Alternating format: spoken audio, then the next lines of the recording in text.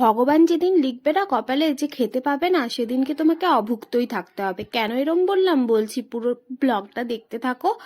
তার আগে বলে নিই, আমি কালকে বাজারে গিয়ে এই কচি কচি পুঁই শাক পেয়েছি। তো আমার তো ভীষণ পছন্দ পুঁই শাক দিয়ে চিংড়ি, পুঁই শাক দিয়ে কুমড়ো। তো দিল্লি আসার পরেই প্রথম আমি বাজারে পুঁই পেলাম, তো আমার তো আজকে খুব ভালো লাগছে। তো কুমড়ো দিয়ে পুঁই শাকটা বসিয়ে দিলাম ভালোভাবে ধুয়ে। আর একদিকে বানাবো নিরামিষ ছোলা দিয়ে আলুর তরকারি, যেটা কচুরির সাথে যে ছোলা আলুর রস রস টাইপের তরকারিটা দেয় আমাদের বাংলাতে বিভিন্ন রকম তোমার ওই মিষ্টির দোকানগুলোতে, ওই। আর তার সাথে রুটি।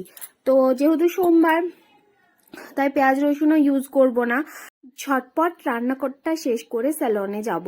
তো আমি স্যালনে গেলেই কেক ডিজায়ার বলে যে দোকানটা আছে, ওখান থেকে কিছু স্ন্যাক্স নিই। তো আজকে হয়েছিল এটা, আমার পার্সেলটা চেঞ্জ হয়ে গেছিল। আর আমার স্যান্ডউইচ খেতে একদম ভালো লাগে না, কিন্তু যার সাথে চেঞ্জ হয়েছিল সেখানে এই স্যান্ডউইচই এসেছিল। বাড়িতে এসে দেখে মনটা খুব খারাপ।